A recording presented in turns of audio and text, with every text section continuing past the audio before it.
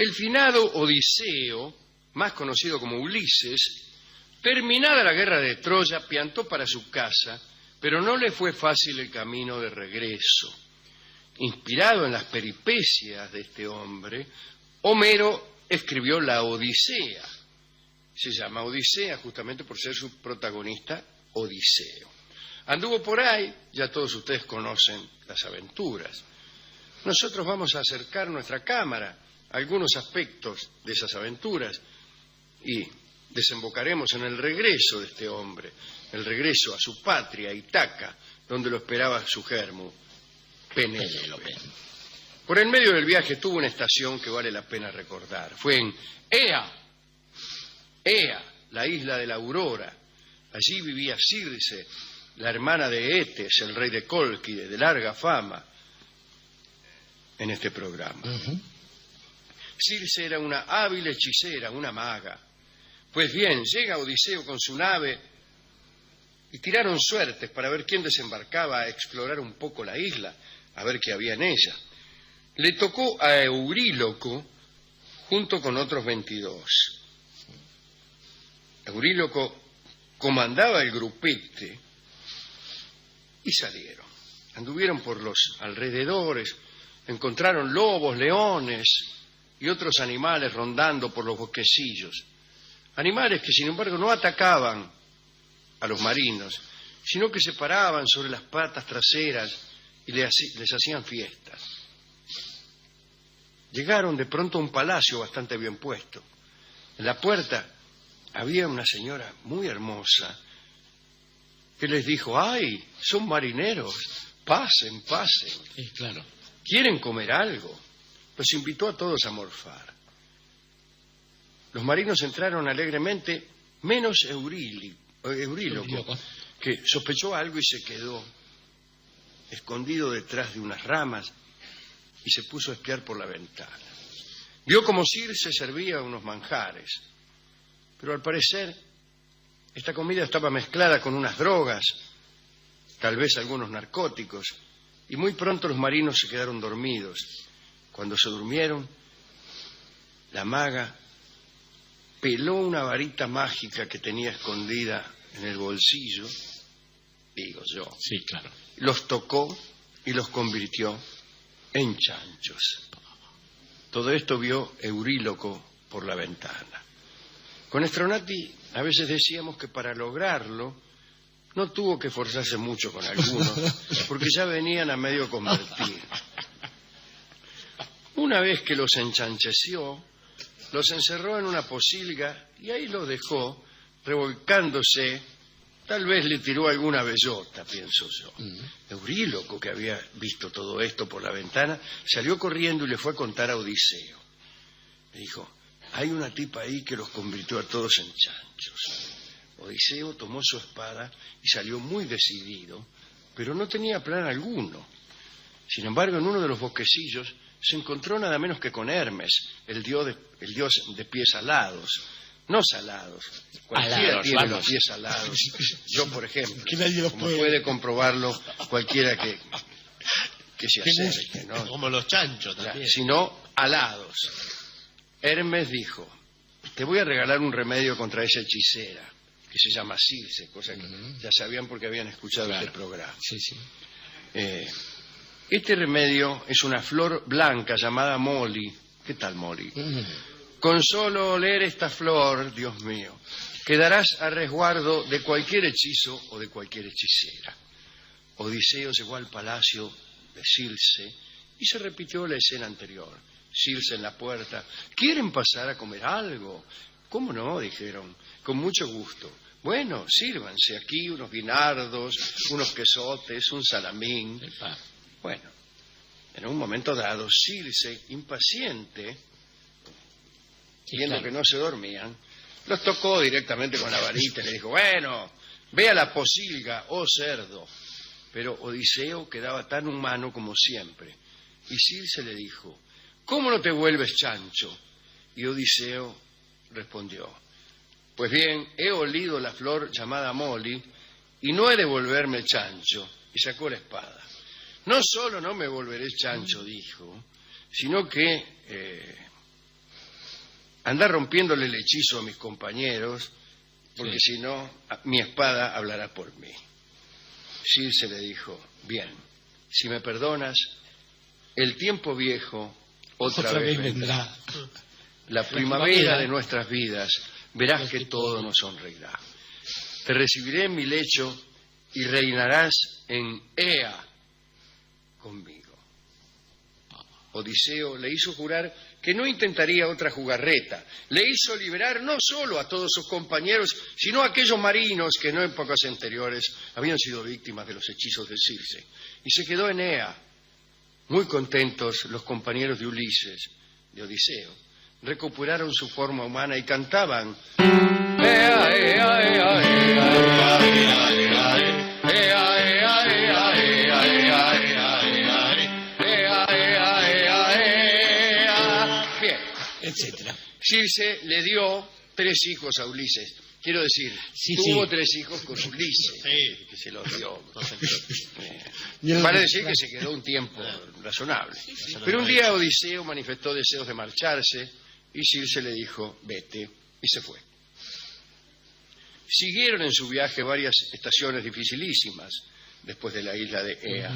La primera fue nada menos que el infierno.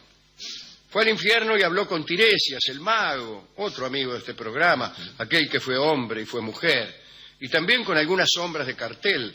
Habló con Aquiles, con Agamenón, y le dijeron aquello que se hizo luego tan célebre: es preferible ser esclavo en la tierra que rey en el mundo de los muertos. Lo que revela que los griegos no tenían demasiada esperanza en el más allá. Pero Tiresias le dio instrucciones de cómo seguir su huella. Pasó luego por su estación más célebre y renombrada, el lugar donde cantaban las sirenas y seducían a los marinos con su canto. Hemos visto cómo...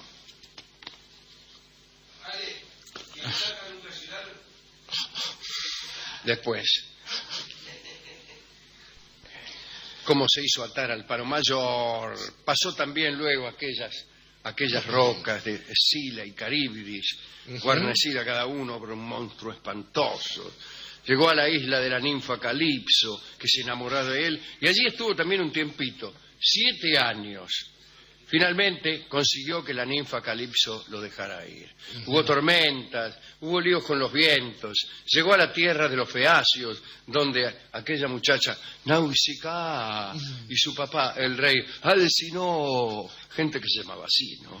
Le dieron un montón de regalos y un barco. Se fue con el barco y con los regalos y llegó finalmente a la playa de Ítaca. Al principio no reconoció la isla porque la diosa Atenea había encantado el paisaje para que él no lo reconociera. Y ella misma, Atenea, disfrazada como un joven pastor, se le presentó y le preguntó a Odiseo quién era. Y Odiseo le mintió, le dijo, soy un navegante cretense que viene acá. Atenea le dijo, eres un mentiroso, soy Atenea y sé quién eres. Lamento que hayas tardado tanto en volver a tu casa, pero te voy a ayudar. Y ayudó a guardar en una cueva los regalos que le habían hecho los feacios. Lo transformó en un poco para que no lo reconocieran. Le marchitó la piel, le blanqueó el cabello rojizo, era colorado, Ulises, como casi todos los griegos. Es decir, lo hizo más viejo. Pero también lo vistió con harapos y lo llevó a la choza de Eumeo, el fiel porquerizo, un tipo que le cuidaba los chanchos. Claro. Y le dijeron, bueno, mirá, Odiseo, te hacemos todo esto porque aquí hay un lío. Tu mujer, Penélope, tiene 112 pretendientes por falta de uno. Todos creen que has muerto y quieren tomarla por esposa. Quieren ocupar tu trono, así que vos quedate acá, hacete gil, que vamos a ver qué pasa.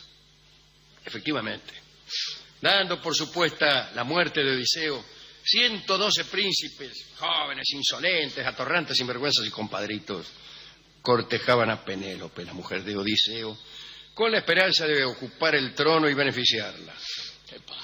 Además, habían convenido en asesinar al hijo de Ulises, Telémaco, que estaba de viaje en Esparta. Dijeron, cuando regrese el hijo de Odiseo, se la damos. Cuando pidieron por primera vez a Penélope que eligiera entre ellos, Penélope declaró que le parecía que Odiseo todavía estaba vivo que había que esperar un poco. Pero bueno, los tipos empezaron a poner pesados y ella terminó prometiendo, como saben ustedes, ¿no?, que iba a tomar una decisión cuando terminara, no una bufanda que estaba tejiendo, en realidad era una mortaja.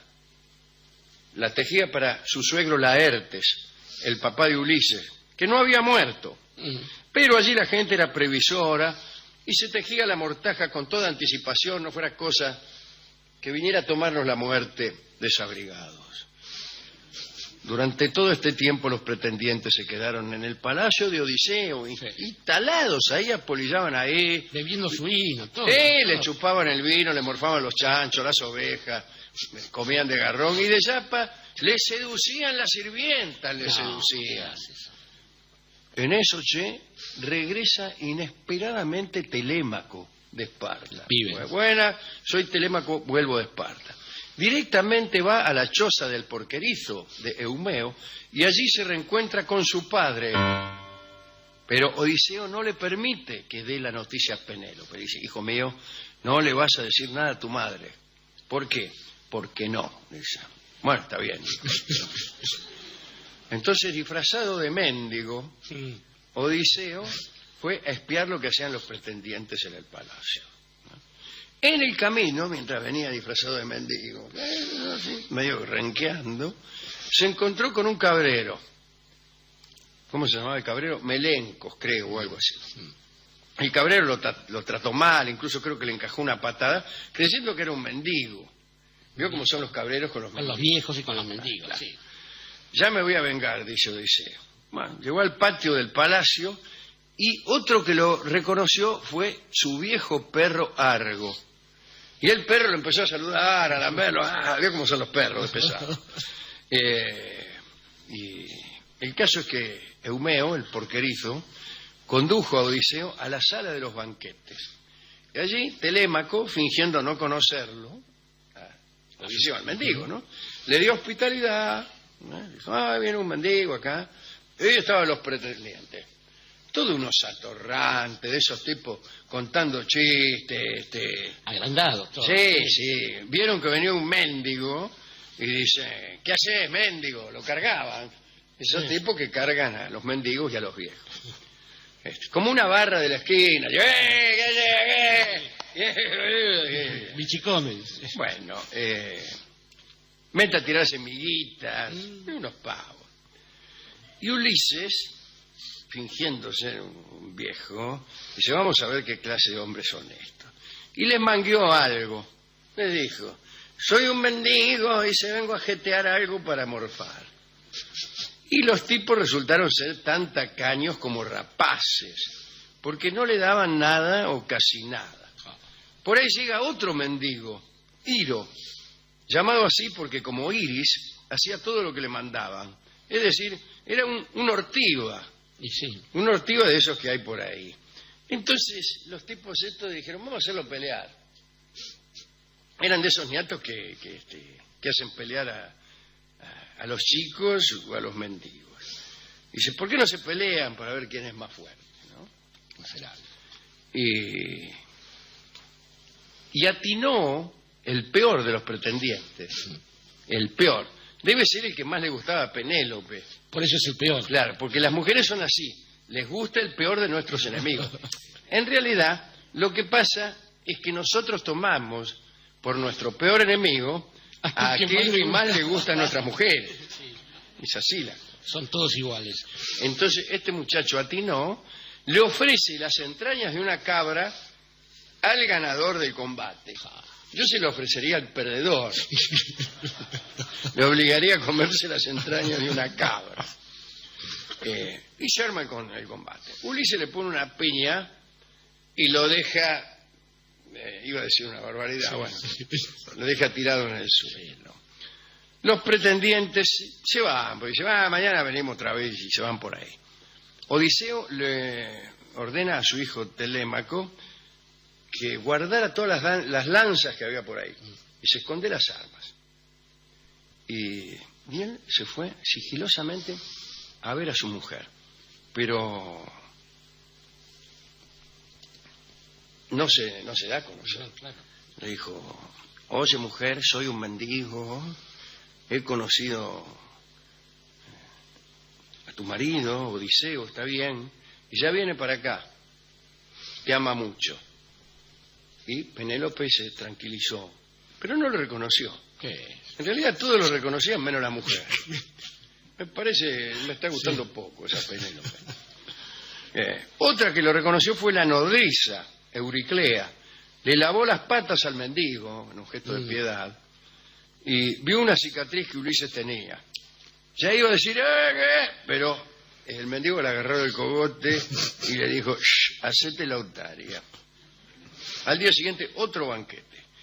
Y ahí otro pretendiente llamado Agelao le preguntó al hijo de Ulises, a Telémaco, le dijo, ¿por qué no le decís a tu mamá que decida de una vez? Así nomás. Penélope se hizo presente y anunció que aceptaría a cualquier pretendiente que emulara a Odiseo haciendo pasar una flecha entre los anillos de 12 hachas que estaban clavadas en una sala.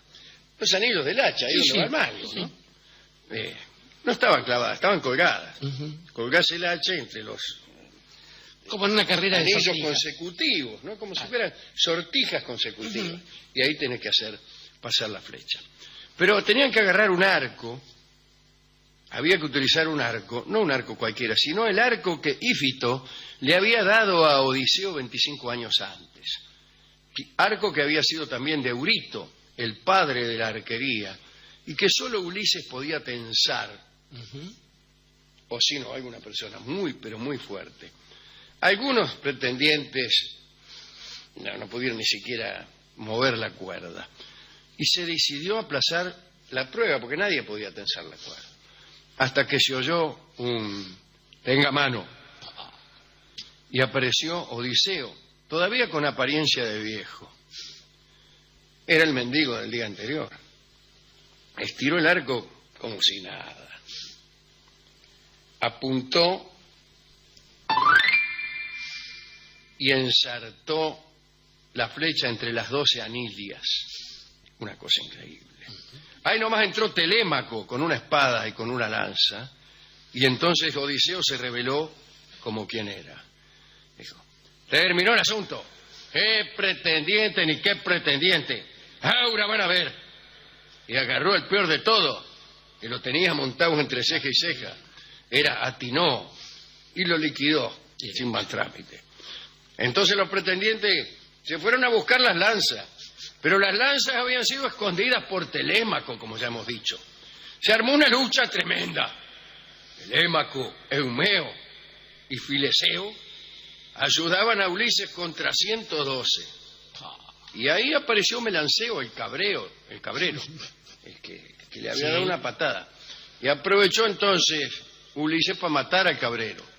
Finalmente la diosa Atenea, en forma de golondrina, voló por la sala mientras todos los pretendientes yacían muertos. Todos menos 2. El heraldo Medonte y el bardo Femio. Y no habían sido muertos porque sus profesiones eran sacrosantas. Lo que no quiere decir que Ulises estuviera exento de crueldad, ¿no? Porque, vamos a ver lo que hizo. Llamó a Euriclea, la nodriza, y le preguntó, ¿qué sirvienta andaba con esto? Y se miraba, fulana, mengana y sutara. Muy bien.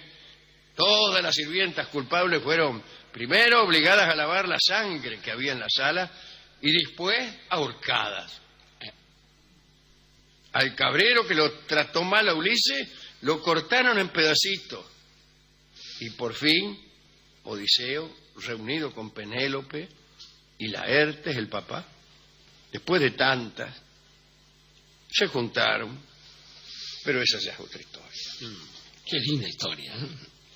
Linda historia, pero contada tan cortita.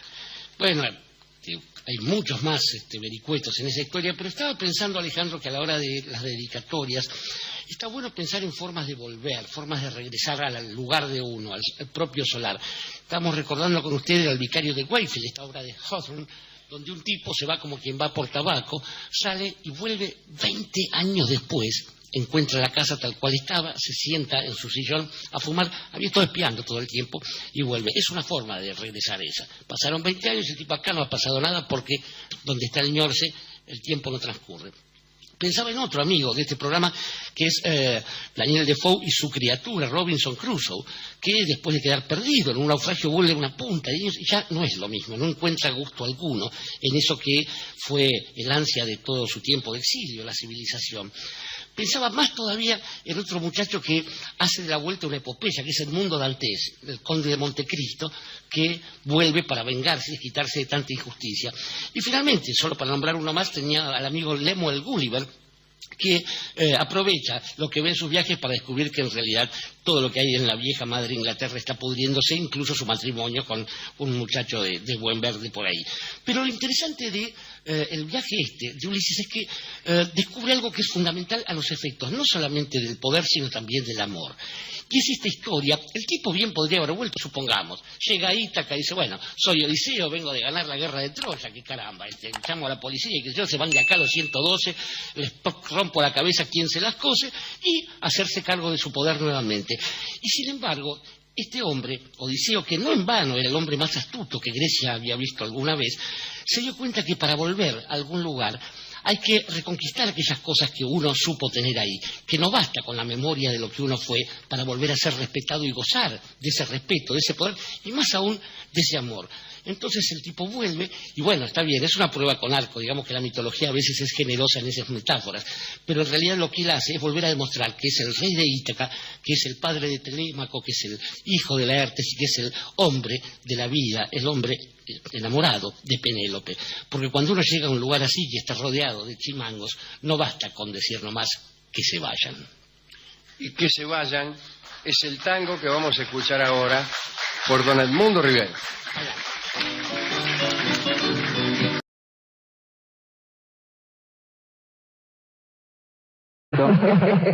No, ahí está Gustavo Barbé atrás. Ahí está Gustavo Barbé, ahí hablando de fútbol. Todo el mundo conoce la historia del caballo de Troya, o cree conocerla, particularmente a través del Villiquen, que ha mandado muchos fotógrafos A cubrir ese acontecimiento. esa noticia, así que hemos visto muchas veces. Hola, hola. Un día, cuando tenga plata, voy a tirar este aparato por el 8º piso de algún edificio. Bueno, por ahora no. Yo tengo algunas noticias de primera mano del caballo de Troya. Pero vamos a ordenarnos, a ver cómo era esto del caballo de Troya. Porque todos hablan de presente griego, de un regalo de los griegos a los troyanos. Yo no sé si fue así. Sitio de Troya. Los aqueos, los griegos, si ustedes quieren, aunque no lo eran, recuerdo de verdad, todavía, sitiando Troya. Y desesperando de tomar aquella plaza por la fuerza, pues se les ocurre un ardid. En realidad no se les ocurre a ellos, sino que es la diosa Atenea la que inspira a Aprilis la idea del caballo de madera. Y contratan a un señor Epeo para que lo construya. Este Epeo, es lindo acordarse de Epeo, porque había nacido cobarde. Qué linda idea esa de nacer uno cobarde, así como se nace rubio. Cobarde no se hace. Claro, eso es una idea no cultural de la cobardía.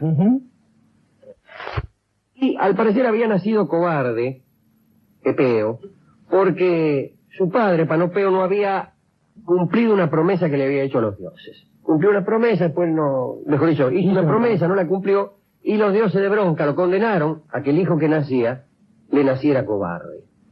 A punto tal que Epeo es el paradigma de cobarde de la Hélade durante siglos. Pero según parece, al principio de la saga, al principio de esta historia, cuando se contaba por primera vez la historia de Troya, y perdón que me detenga aquí, Epeo era un valiente, muy valiente, tan valiente que se convierte, al seguir contándose las historias, en bravucón. Empieza a exagerar su valor, y en el que ya se sabe qué pasa con los griegos cuando uno exagera la iblis. Pero no solo con los griegos, el que exagera su valor termina siendo cobarde. El que exagera el gesto. En nuestros pagos diríamos algo así, como su amigo Borges diría que se pasa de ser un compadre a ser un compadrito. Exacto. Y ahí la degradación de la especie. Bueno, el caballo lo construye este muchacho, Epeo, con madera de pino, era hueco, tenía un escotillón a un costado, una puerta a un costado, y del otro lado tenía unas letras grabadas que decían: a la diosa Atenea, en agradecida anticipación al regreso a nuestros hogares. Pero, ¿qué pasaba con esto? Construyeron este caballo, lo llenaron de gente, esto lo sabe cualquiera, pero ¿cuánta gente? Discrepan las fuentes. Algunos dicen que 23 soldados había dentro, la otra fuente dice más de 30, la otra dice 50, y la última fuente dice 3.000. Las tres últimas pueden coincidir, porque 3.000 son más de 30, igual que 50, ¿no? Claro. Entre los que estaban dentro, podemos contar a Menelao, el marido de Helena, justamente, el que armó el lío. Claro. Odiseo, Ulises, que fue además el que se atribuyó la invención del caballo, y no fue él. Y Epeo, el constructor cobarde, a quien lo habían hecho meter medio con engaño, porque era el tipo que mejor conocía el funcionamiento de la puerta. Entonces tenía miedo que se les trabara la puerta. Mirá, si salía todo fenómeno, después no podían salir los nianos. Entonces lo metieron a Epeo y no había forma de sujetarlo, pues se pasaba lamentándose. Yo no quería venir. Ahora muy bien, construyeron el caballo.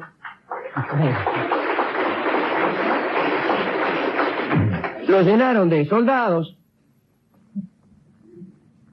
y zarparon con la flota. Fingieron que regresaban a los hogares y que abandonaban el sitio. En realidad, escondieron la flota detrás de una isla, la isla de Ténedos. Pero hicieron como que se iban y dejaron el caballo allí. El asunto era persuadir a los troyanos de que metieran el caballo adentro de la ciudad, porque ellos estaban fuera de la ciudad y no podían entrar porque la defensa era muy aguerrida. Entonces dejaron el caballo lleno de soldados y ahora, ¿cómo hacemos para que los troyanos lo metan para adentro? Y allí surge un señor llamado Sinón, hijo de Ésimo y nieto de Autólico, que es el mismo abuelo de Ulises, quiere decir que era pariente de Ulises. El tipo se quedó en tierra y después de partir la flota se hace apresar por unos pastores troyanos, lo conducen atado ante Príamo, el rey de Troya. La multitud le es hostil y pide que lo maten. ¡Ah, mátelo! ¿No es cierto? Pero Príamo lo interroga. Unos dicen que Sinón, para hacer más creíble su discurso, no habló hasta que no le cortaron la nariz y las orejas. Y Sinón empieza un cuento y dice: mira, yo soy víctima de la persecución de Ulises, que me tiene bronca porque yo soy pariente de Palamedes. Esto es lo que le contaba él a Príamo, eran todas mentiras. Pero esto le decía él a Príamo, al rey de Troya: mirá, dice acá, yo te voy a explicar por qué estoy. Resulta que Ulises me tiene bronca, armó una persecución en contra mía, yo soy pariente de Palamedes. Palamedes había sido víctima de las intrigas de Ulises, que había ocasionado su muerte. Y bueno, dice, me han elegido para ser víctima propiciatoria a los dioses, porque el mago Calcante, que está arreglado con Ulises, dijo que los dioses iban a ser propicios si es que sacrificaban a un tipo, y me eligieron a mí, me tienen bronca, yo agarré y me rajé, dice, si no. Y entonces fue que caí en manos de los pastores. Entonces Príamo lo mira y dice, ajá. Y decía una cosa, dice, ¿por qué, dice, por qué los griegos dejaron el caballo ese tan enorme ahí, dice, en los campos aledaños a nuestra pujante ciudad? Pujante localidad. Sí. Bueno, dice, es una ofrenda, dice Sinón, que a Palas Atenea, en expiación de un sacrilegio que ha cometido Ulises cuando se afanó el paladio de la diosa Atenea. Chorreó el paladio de la ciudad de Hela, bueno, su historia. Entonces, hubo algunos prodigios que asustaron mucho a los griegos y resolvieron, por consejo del mago Calcante, que era el mago oficial de los griegos, resolvieron ofrendar este caballo enorme a la diosa, reemplazando a esa estatua que robó Ulises. Y dice, los griegos idearon construir un caballo inmenso que los troyanos no pudieran introducir a su ciudad. ¿Y por qué?, pregunta Príamo. Bueno, porque Calcante, que es mago, descubrió que la voluntad de los dioses promete a los troyanos la supremacía si rinden culto a ese caballo dentro de su ciudad. Calcante descubrió que si los troyanos meten el caballo en la ciudad y le rinden culto, van a ganar la guerra. Y esto lo escucha Príamo. Ah, sí.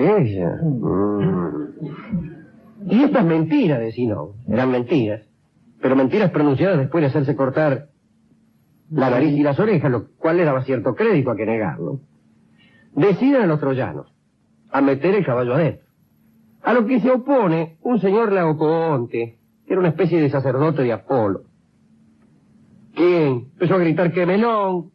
Él y los dos pibes que tenía. Él y los dos pibes que tenía, que melón, incluso le tira una jabalina al caballo. Adentro del caballo, a todo esto, estaban todos Cayetanos.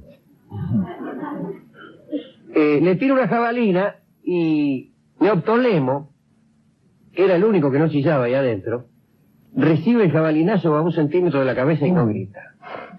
Y no grita. Pero nadie le hace caso a Laocoonte, ni nadie le hace caso a Casandra, que dice, muchacho, Casandra tenía el don de la adivinación, pero Apolo, que le había conferido ese don, para castigarla por una falta,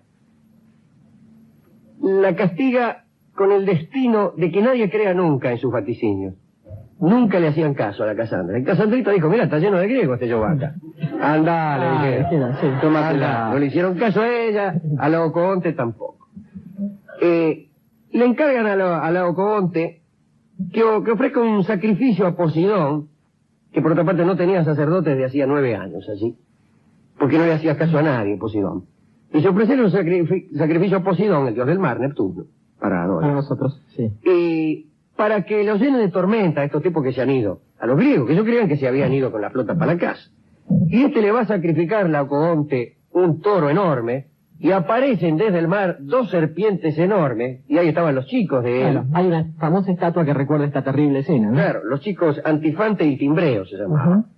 Y aparecen las 2 serpientes, se enroscan en los chicos, los arrastran al mar, Laocoonte va a socorrerlos, las serpientes también lo enroscan a él y los ahogan a los 3.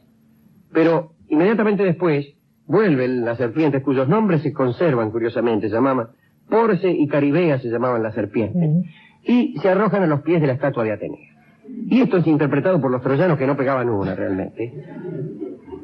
Del siguiente modo, Laocoonte se oponía a que entrásemos el caballo de Troya, a la ciudad.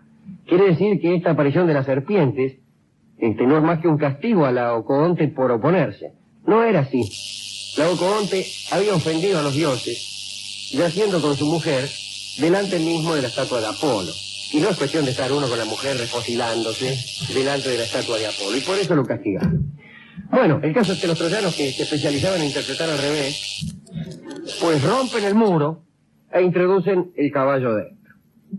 Ahora, muy bien, aparece ¿quién? Helena, que también sospechaba de ese caballo. Y le da 3 veces la vuelta alrededor al caballo y le palmea los costados. Pum, pum, pum, pum, pum, pum. ¿Y sabe qué empieza a hacer? No nos olvidemos quién era Helena. Era la mujer de Menelao, de uno de los aqueos, era griega. Y conocía a las mujeres de todos los héroes que estaban ahí. Y entonces, sospechando que adentro del caballo había héroes amigos de ella, empieza a imitar las voces de las mujeres de los héroes. Y algunos querían salir. Y más todavía quería salir Menelao, que verdaderamente era el marido de ella. Sin embargo, se aguantan. Se dice que Antielo tuvo tanta ganas de salir que hubo que acallarlo. Algunos dicen que tapándole la boca y otros que matándolo. El caso es que Sinón se las ingenia para hacer unas señales a la flota griega, y Antenor, otro espía que había dentro de las murallas de Troya, pega unos golpecitos al costado del caballo, y esa es la señal para que Odiseo, que comandaba las tropas de dentro, dé la orden de salir, y entonces salen los soldados de adentro del caballo. El primero en salir fue un señor Equión, que se cayó y se rompió el cuello. Sucede. Y los datos que le estoy dando. Sí, sí, sí. Usted estuvo ahí, me parece. Yo estuve ahí. Yo era el que estaba atrás de todo. Pero la teleclick era. Sí. Y bueno, Menelao dicen que fue directo a Helena, y viene la toma de Troya, el saqueo de Troya, que ya es otra historia. Algunos nunca faltan refutadores de leyendas, dicen que el caballo nunca existió. Que la historia del caballo consiste en la interpretación errónea de algunas ilustraciones, una de las cuales muestra una máquina de guerra con griegos dentro, y es probable que el caballo no haya sido otra cosa que una máquina de guerra destinada a burlar la defensa de las murallas, con gente dentro. Otros dicen que se trata de una errónea interpretación de una ilustración que finalmente no es sino la de unos chicos que no habían nacido en el interior del vientre de su madre. Bueno, qué sé yo. Pero estos son los mismos tipos que dicen que la guerra de Troya fue un conflicto de orden comercial y que nada importaba el amor de él. Hemos dado algunos datos interesantes acerca del caballo. Lo que es raro es la palabra presente griego que se usa, como queriendo significar que el caballo fue un regalo de los griegos a los troyanos. No fue así, pero sin embargo, Laocoonte dice por ahí, no hay que confiar en los griegos ni cuando hacen regalos. Odisea. Ilíada. Entonces, de algún lado saldrá, y es quizá más mi ignorancia la que me hace negar esto del presente griego que no mi demasiada erudición. A veces conviene una sana ignorancia, está más cierto el que no se asoma a unos conocimientos que el que se asoma y no del todo. Bueno, ese no tendrá problemas, pero usted ya sabe, ya sabemos cómo se enfrenta a esas cosas. Digamos esto, me gusta esclarecer este pensamiento.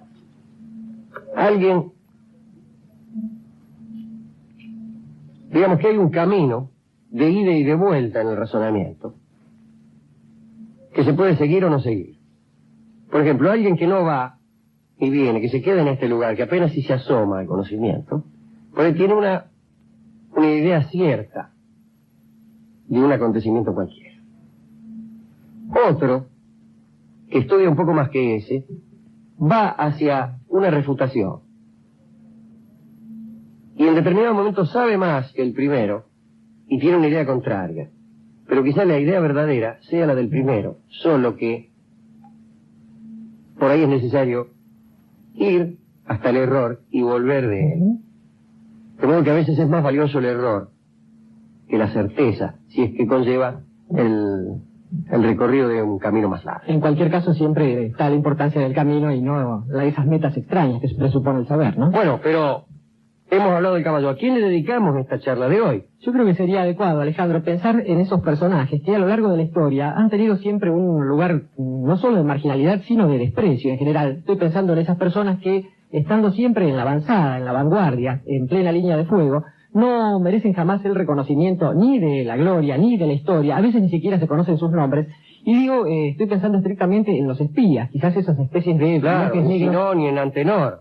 Esa gente que inauguró para Occidente entonces ese trabajo, muchas veces miserable, ciertamente eso pasa por el engaño, pero muchas veces el engaño no es otra cosa que un camino mucho más dificultoso hacia la gloria. Esas personas a veces labran la gloria de un pueblo, renunciando a la propia gloria, y esto me parece que es mucho más de aquello a lo que puede aspirar un héroe. Está bien.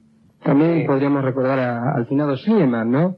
Claro, que fue el que descubrió todo esto. Que se animó a creer más en los poetas que en los historiadores. Sí, Schliemann fue un alemán de humilde cuna que hizo dinero, y en una época como el siglo pasado, en que se creía que todo esto de Troya no era más que una patraña homérica, y que Homero ni siquiera existía, se atrevió a buscar las ruinas de Troya, siguiendo, ríanse, iba a decir otra cosa, muéranse de risa, siguiendo las instrucciones que Homero daba en su libro, es decir, siguiendo las instrucciones de la poesía. Y la encontró. En el medio de eso, además... Y la encontró, loco. Sí. Y la estaba ahí donde decía el Chabot. Estaba exactamente ahí. Estaba exactamente ahí. Para bronca de Herodoto de Halicarnaso. Para bronca de Herodoto de Halicarnaso y de tantos como Comte y como aquellos supersticiosos del positivismo y de la ciencia que creían que todo era patraña salvo la matemática. Para hacerla completa, además, se benefició una señorita de corta edad en Grecia y le puso las joyas de Helena. Sí, la señorita Sofía, que conoció en Atenas, y que se divertía poniéndole las joyas de Helena de Troya a la noche para darle color al guiso. Esos son eruditos. Esos son amantes. Esos son amantes. Y esos son eruditos.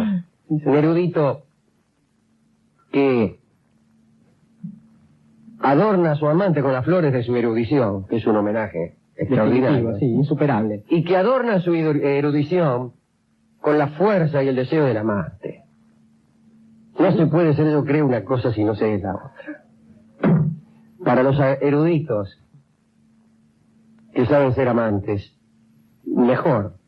Para los amantes que saben ser eruditos, vamos a escuchar este tango que quizá cantaban sottovoce con voz finita, así, en el interior del caballo de Troya, los Menelaos, los Odiseos, y que quizás es un homenaje a aquel caballo de Troya, a quien podemos llamar hoy Mano Blanca. Casi tanguero, casi con aquella profundidad de aquellos que creen serlo porque se acuestan tarde. Pero un amigo me contaba esta historia. Un muchacho visitaba a una chica que vivía en un departamento que le había puesto uno. Si un tipo le había puesto un departamento a una amiga. Y cada tanto la visitaba. Era su amante. Y le iba muy bien con la amiga. Se amaban, qué sé yo cómo era la relación, si el tipo era casado, no lo sé.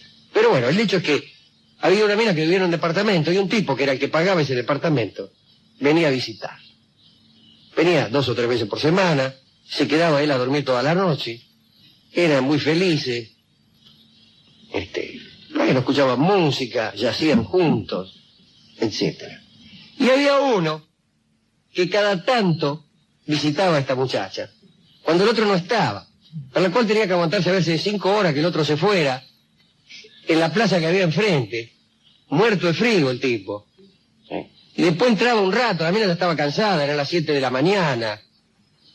Era todo bastante espantoso y perentorio, siempre con el temor de que apareciera alguien.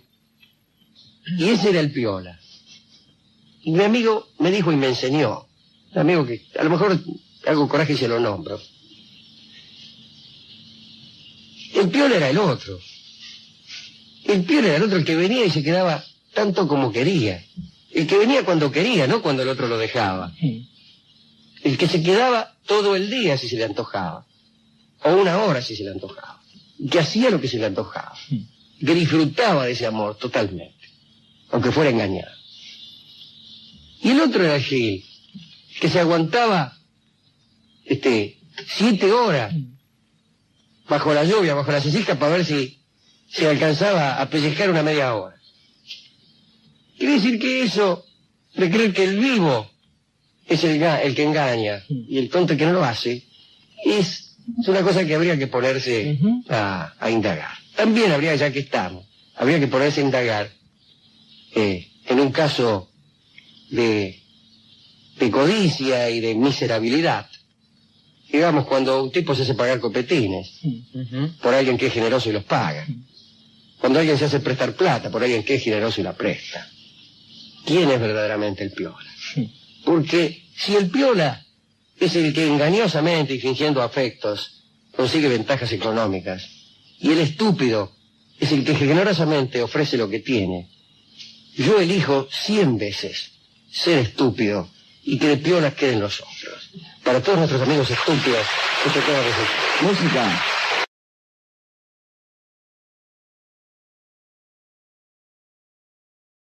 Ulises, también llamado Odiseo, Calipso y el regreso a Ítaca, será el tema de hoy. Ahí está el canto 13 de la Odisea y aparece la aventura de Ulises. Vamos a llamarlo Ulises, aunque más correcto sería Odiseo, pero vamos a llamarlo Ulises. Con Calipso, una aventura, ¿no? Como muchos sabrán, Ulises era uno de los reyes griegos reclutados para pelear en la guerra de Troya, cuyos orígenes los damos el otro día, ¿no?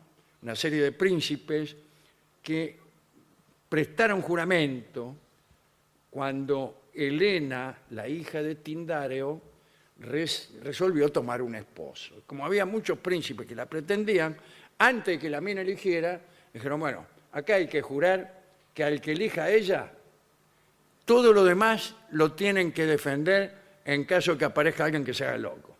Perfecto. Muy bien. Y el que se hizo el loco fue nada menos que París, Que la raptó. que la raptó. ¿No? París. Bueno, y fue uno de los reyes griegos más astutos también. Sus ideas fueron muy útiles. Por ejemplo, la famosa idea del caballo hueco con soldados adentro. Era rey de Itaca, no quería abandonar su tierra querida, pero tuvo que permanecer fuera mucho tiempo, porque yo calculo unos 20 años. 10 años duró la guerra de Troya. 10 años duró. Y otros 10 años más tardó él en volver. Claro. Y ahí está la Odisea, que es el relato de ese viaje de regreso. De esos 10 años pasó 7 años en la isla de una ninfa que lo retuvo, que era Calipso. Homero describe a esta ninfa como una deidad de extraordinaria belleza que vivía en la isla de Ogygia, en una cueva profunda con muchas habitaciones. Nunca vi cuevas con muchas habitaciones, pero no importa. Tenía un bosque sagrado, grandes árboles, etc. Ulises llegó a Ogygia por accidente en uno de los muchos naufragios que sufrió por culpa de Poseidón, el dios de los mares, que detestaba a Ulises y lo tenía montado entre ceja y ceja. Cuentan que cuando Calipso encontró a Ulises, se enamoró al instante de él. Bueno. Al instante. Y le ofreció la inmortalidad e innumerables riquezas si se casaba o se quedaba con ella. Lo hospedó en su cueva y lo agasajó con manjares, bebida y su propio lecho. Buah. Parece que Ulises no quería saber nada en realidad con Calipso porque él estaba muy enamorado de su esposa Penélope, que era la sobrina del viejo Tindario, ¿no? Y quería volver a ver a su hijo Telémaco, que había dejado cuando era un niño. Penélope había permanecido fiel a Ulises desde su partida. Después de muchos años de ausencia, empezó a pensar que tal vez su marido había muerto en la guerra. Y había, como saben ustedes, muchos pretendientes, unos 100 más o menos, que eran aspirantes al trono de Ítaca. Ella le prometió a esos hombres que venían todos los días, qué sé yo, tu marido a lo mejor está muerto, ¿por qué no elegís un marido, etcétera, etcétera? Bien. Y ella le dijo, mire, el día que termine de tejer este sudario que estoy tejiendo para el rey Laertes, que parece que se había muerto, Laertes no es otro que el papá de Ulises. Era más vivo que Ulises todavía. Y acerca de que había muerto, no lo sé, porque cada vez que se moría le hacía algún teje-maneje a los dioses y retrasaba o volvía. Bien. El caso es que dice, Penélope le dice, cuando termine de tejer este sudario, que es un sudario grande, ¿cierto? Sí. Pero cuando termine de tejer voy a elegir a uno de ustedes. Pero todas las noches tejía lo que tejía de día, como tanto de nosotros. Mientras tanto, Ulises, después de hacerse el difícil un tiempo, cayó ante la seducción de Calipso, pero seguía deseando regresar a Ítaca con Penélope y todo lo demás. Calipso intentó que Ulises olvidara su vida interior, pero eso no sucedió. Pero sí sucedió esto. Consiguió con artes mágicas, la ninfa Calipso, que Ulises no percibiera el paso del tiempo en la isla. Por eso lo tuvo allí 7 años. Por eso dio a luz a 2 hijos de Ulises, Nausitoo y Nausinoo. Un lindo nombre para 2 niños a los que uno odia. La tristeza y las lágrimas de Ulises, por el extrañamiento, por el desarraigo, fueron recibidas por Atenea, la diosa de la inteligencia, quien sintiendo pena por Ulises, que además era su protegido, ¿no?, intervino y le pidió ayuda a Zeus para convencer a la ninfa Calipso de que lo liberara a Ulises para que pudiera regresar a Ítaca. Zeus envió a Hermes el ortiva de los dioses, el mensajero. Hermes fue volando, recuerda sus sandalias aladas, hasta Ogygia y le anunció a Calipso que el héroe debía regresar a Ítaca. Ya era hora. Calipso no esperaba este mensaje de los dioses, pero viendo que no tenía otra opción, le dio a Ulises materiales para conseguir una balsa, para construirla y continuar con su viaje. En palabras de Calipso, lo que le dijo Calipso a los dioses: sois crueles, dioses, envidiosos, más que nadie. Tenía una voz medio... Os irritáis contra las diosas que duermen abiertamente con un hombre y lo han hecho su amante. Yo lo salvé, lo traté como amigo, lo alimenté, le prometí hacerlo inmortal. Y sin embargo, mire un poco, decía Calipso. Y Ulises le dijo a Calipso: venerable diosa, no te enfades conmigo, sé muy bien cuánto te es inferior la discreta Penélope en figura y estatura al verla de frente, pues ella es mortal y tú inmortal sin vejez. Pero aún así quiero y deseo todos los días marcharme a mi casa. Bueno, está bien. Lo que es, ¿eh? Qué cosa. Se ve que era astuto. Ulises construyó la balsa, se despidió de Calipso y chao, se fue. Cuando el dios Poseidón, el dios del mar, Neptuno para los romanos, descubrió a Ulises otra vez navegando en su barca, le dio un ataque de ira. De ira. De ira.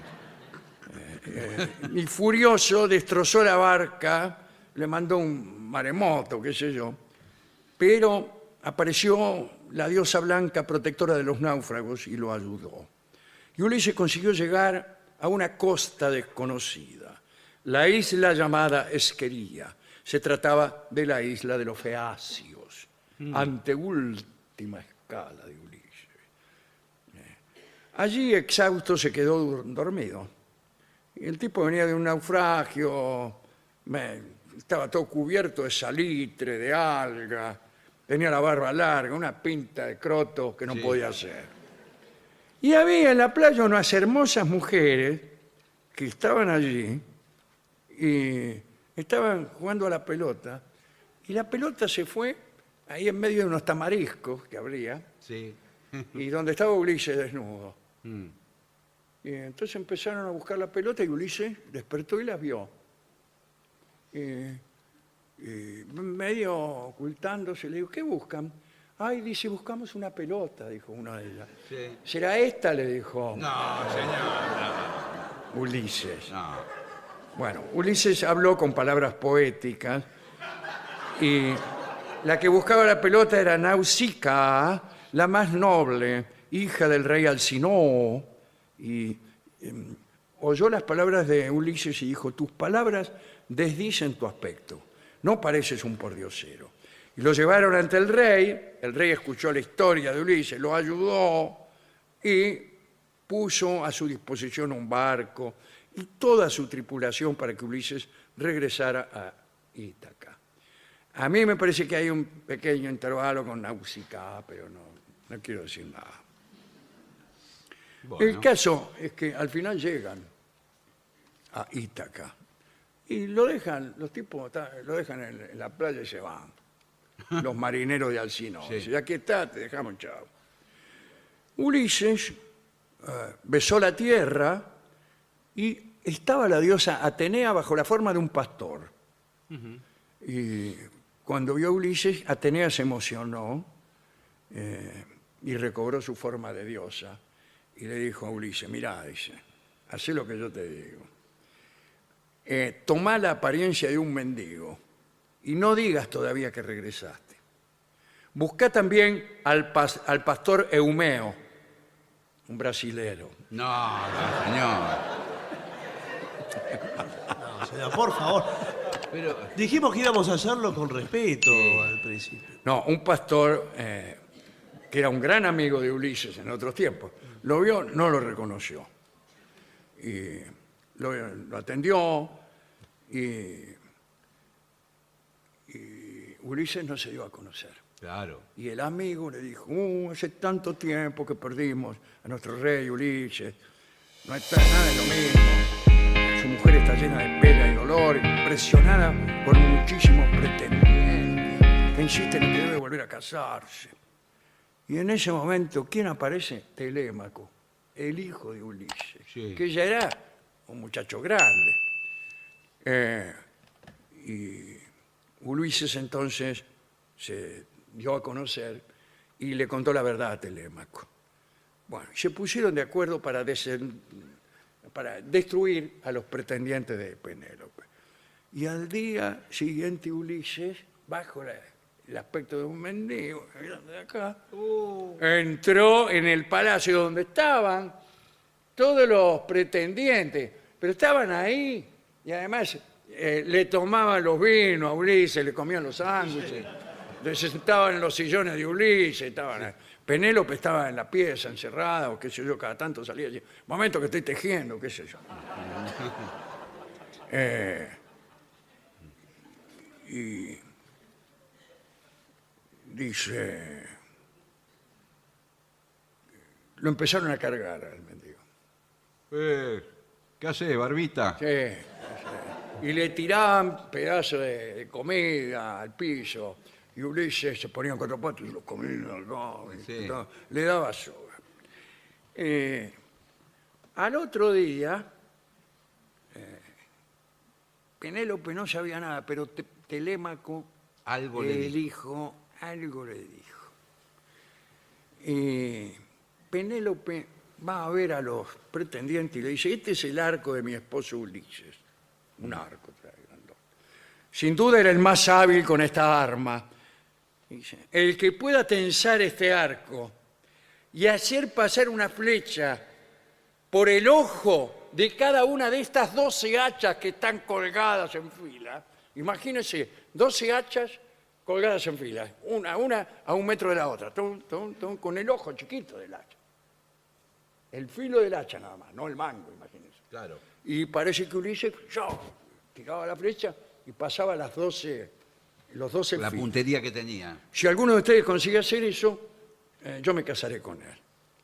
Los pretendientes se pusieron en fila, nada, no le pasaban ni cerca. Pero el pastor Eumeo y algunos amiguetes cerraron las puertas del palacio. Y en eso el mendigo agarra el arco. Y dice, ¿qué hace este mendigo? Y Telémaco, que estaba allí, dice, bueno, este hombre tiene derecho a intentarlo porque es un invitado de la casa. Así que bueno, déjenlo. Ulises agarró el arco, tensó una de las flechas, tiró un tiro y ¡shim! Pasó la flecha por las 12. Y dijo, soy Ulises. He vuelto y ustedes traidores, bla, bla, bla, bla. Y junto a Telémaco, Ulises luchó contra todos los tipos que eran como si les ganaron. Los mataron a todos. Una masacre.